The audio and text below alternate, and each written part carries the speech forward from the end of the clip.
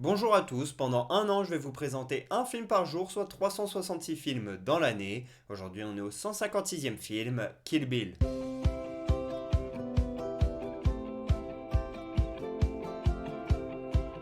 Kill Bill est un film sorti en 2003, réalisé par Quentin Tarantino. Il raconte l'histoire de la mariée, jouée par Uma Thurman, qui a fait Pulp Fiction également du même réalisateur. Et cette mariée, elle a été dans le coma, elle se réveille et elle se met en tête de se venger de celui qui l'a mis dans cet état, un certain Bill. Elle se met donc en tête de tuer Bill, de Kill Bill. Un an après la sortie du film, il y a Kill Bill 2 qui est sorti, c'est une suite directe, on parle de diptyque, et en fait on peut regarder les deux à la suite, on a l'impression de voir qu'un film, c'est une sorte de Kill Bill en deux chapitres. C'est pour ça que je vous parle de ces deux films en même temps. Et si vous aimez les arts martiaux, ce film il va vous plaire, puisqu'on voit pas mal de sabres et pas mal de culture japonaise. Cette vengeance, elle se fait sous ce signe-là. Et si vous n'êtes pas fan des mangas et de tout cet univers, vous allez le découvrir et l'aimer grâce à Quentin Tarantino. Ça a été mon cas. Au casting, dans le rôle du fameux Bill, on a David Carradine, mais le chemin pour arriver jusqu'à lui, il est semé d'embûches. Parmi eux, on a Michael Madsen qui a fait Reservoir Dogs du même réalisateur. On a aussi Lucy Liu qui est connue pour Elementary,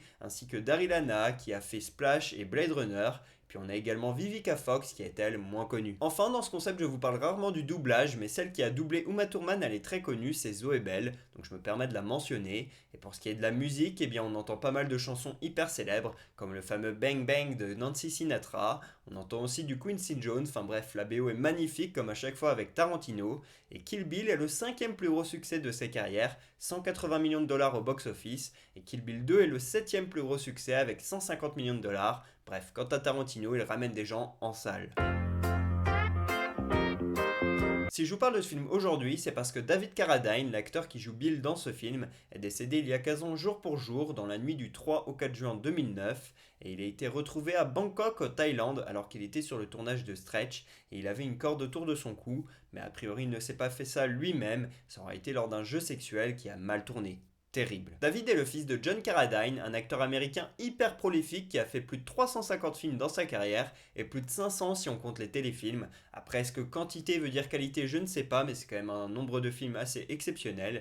Et David lui aussi, il a été hyper prolifique, il en a fait plus de 250 dans sa carrière. Il a également deux frères, Keith et Robert, qui ont été également acteurs.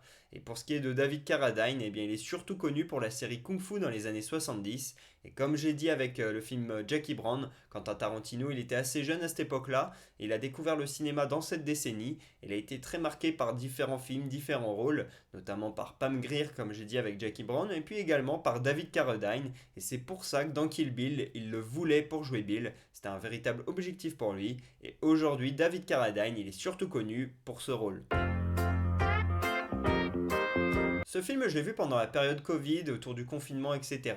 Comme j'ai déjà dit sur cette chaîne avec Reservoir Dogs et Jackie Brown par exemple, quant à Tarantino, j'ai vraiment découvert sa filmographie pendant les confinements et tout.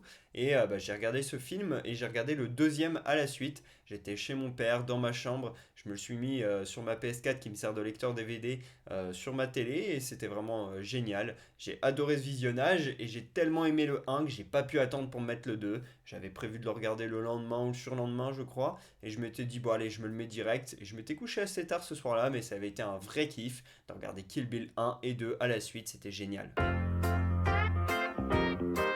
Je mets un 20 sur 20 à ce film parce que quand on parle de vengeance au cinéma, je pense directement à Kill Bill. Je trouve que c'est le meilleur film dans ce domaine. On peut également penser à d'autres films de Tarantino finalement comme Django par exemple, mais à titre personnel j'adore Kill Bill, je trouve qu'il nous donne envie de découvrir la culture japonaise.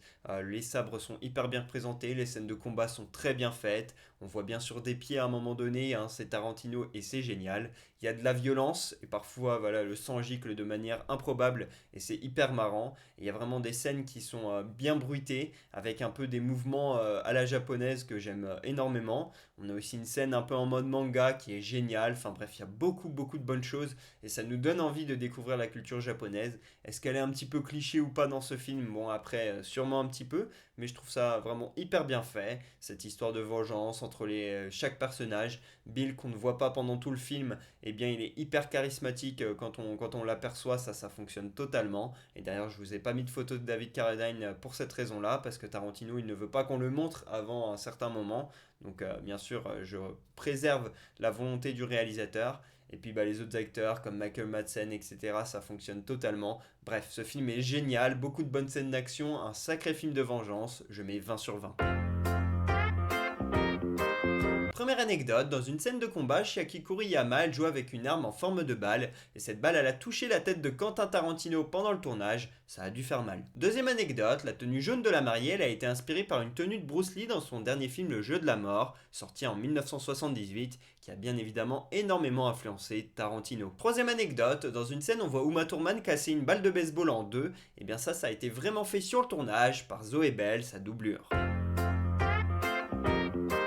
Voilà pour ce 156e épisode d'Un jour un film, j'espère que je vous aurai donné envie de regarder Kill Bill. Pour ma part je vous dis à demain pour parler du 157e film de l'année, et pour que vous sachiez de quel film on va parler, un petit indice, alcool. Dites-moi en commentaire de quel film on va parler, à demain.